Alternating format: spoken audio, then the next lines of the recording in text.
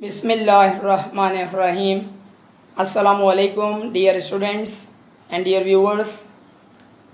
आज का हमारा टॉपिक जो है उसका ताल्लुक़ फ़र्स्ट ईयर अकाउंटिंग के पेपर पैटर्न से रिलेटेड है।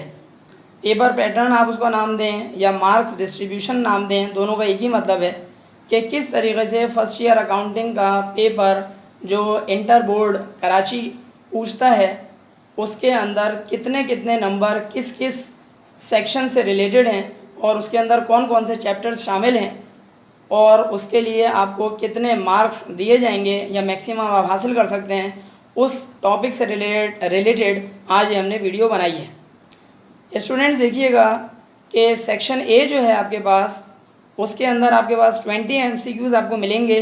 आपको स्क्रीन पे नज़र आ रहा होगा अटेम्प्ट 20 MCQs आउट ऑफ 20, यानी कि आपके पास 20 टोटल MCQs होंगे और आपको टोटल 20 MCQs ही सॉल्व करनी है, यानी कि कोई आपके पास चॉइस नहीं है। एक MCQ का आपके पास एक नंबर है। मल्टीपल चॉइस क्वेश्चंस जो हैं उससे मतलब ये होता है कि आपको कोई सवाल दिया जाएगा और उसके अंदर 4 आपके पास जवाबात होंगे, जिनमें से 3 जवाबात गलत होंगे और सिर्फ एक जवाब आपके पास सही होगा। जो सही जवाब होगा उसके ऊपर आपको टिक लगाना पड़ेगा और इसके लिए टोटल जो आपको नंबर दिए जाएंगे मैक्सिमम, अगर आप सारे सही करते हैं तो आपको राइट साइड पर नज़र आ रहा होगा 20 आपके पास मार्क्स आपको मिलेंगे मैक्सिमम, और टाइम आपके पास टोटल 20 मिनट्स का होगा। ठीक 20 मिनट्स जैसे ही आपके ख़त्म होते हैं पेपर के, वैसे ही आपसे ये जो आपका सॉल्यूशन है वो आपका टाइम उसका ख़त्म हो जाता है और उसके बाद आपको सेक्शन बी और सेक्शन सी से रिलेटेड क्वेश्चन पेपर थमा दिया जाता है। ये जो सेक्शन बी और सेक्शन सी से रिलेटेड आपके पास क्वेश्चन पेपर आपको मिलेगा, इसके लिए टोटल टाइम आपको राइट साइड पर नज़र आ रहा होगा कि 2 आवर्स और 40 मिनट्स आपको मिलेंगे, यानी कि 2 घंटे 40 मिनट। 2 घंटे 40 मिनट का मतलब होता है कि 160 मिनट। अब आप ज़रा ये गौर करिएगा कि आपके पास जो इसके अंदर क्वेश्चन सॉल्व करने हैं वो बताएं कितने करने होंगे। सेक्शन बी में आपको 4 सवाल करने हैं, अटेम्प्ट 4 क्वेश्चंस आउट ऑफ 6। 6 सवाल आपको मिलेंगे टोटल और 4 सवाल आपको सॉल्व करने होंगे। एक सवाल जो है वो 12.5 नंबर का है, यानी कि 12.5 मार्क्स का है। अगर एक सवाल 12.5 नंबर का है और सॉल्व करने हैं आपको 4 सवाल, तो 12.5 को अगर आप 4 से मल्टीप्लाई करते हैं तो आपके पास टोटल जवाब आता है 50, यानी कि 50 मार्क्स आप मैक्सिमम गेन कर सकते हैं सेक्शन बी से चारों के चारों सवाल सही सॉल्व करके।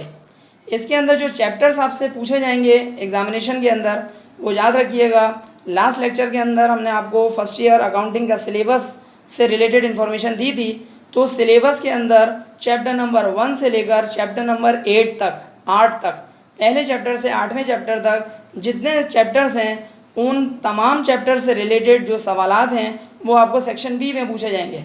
यानी कि अगर आपने सिलेबस के मुताबिक इब्तदाई 8 चैप्टर्स कवर किए तो उन 8 चैप्टर्स से रिलेटेड आपको टोटल 4 सवालात पेपर में सॉल्व करने पड़ेंगे सेक्शन बी में, और मिलेंगे कितने आपको 6 सवाल मिलेंगे। इसी के साथ साथ आपको सेक्शन सी भी सॉल्व करना पड़ेगा और सेक्शन सी के अंदर आपको 2 पार्ट्स सॉल्व करने होंगे टोटल 3 पार्ट्स में से, अटेम्प्ट 2 पार्ट्स आउट ऑफ 3, और ब्रैकेट में लिखा हुआ है ओनली 1 क्वेश्चन।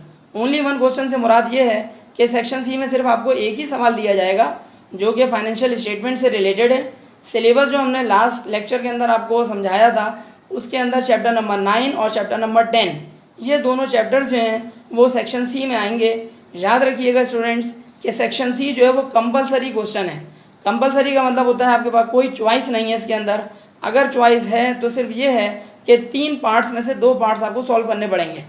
एक पार्ट आपको नज़र आ रहा है स्क्रीन के ऊपर 15 नंबर का है, 2 पार्ट बन जाएंगे आपके पास 30 नंबर के, 30 मार्क्स। सेक्शन बी और सेक्शन सी के लिए टोटल टाइम आपको मिलेगा 2 घंटे 40 मिनट और सेक्शन ए के लिए टोटल टाइम मिलेगा 20 मिनट। इस तरह से टोटल 3 घंटे का पेपर है और 100 नंबर आपके मैक्सिमम है। याद रखिएगा फर्स्ट ईयर अकाउंटिंग में 100 में से 100 नंबर हासिल करना बिल्कुल भी मुश्किल काम नहीं है। सिर्फ वही स्टूडेंट 100 में से 100 नंबर हासिल कर सकते हैं जो थॉरो स्टडी करेंगे, डिटेल के अंदर अपनी डिटेल स्टडी करेंगे। उसका फ़ायदा उनको ये पहुंचता है कि वो ना सिर्फ फर्स्ट ईयर अकाउंटिंग में बेहतर नंबर हासिल कर पाते हैं, उसका फ़ायदा उनको आगे हायर क्लासेस में इसी सब्जेक्ट को पढ़ने में उनको बहुत ज़्यादा हेल्प मिलती है।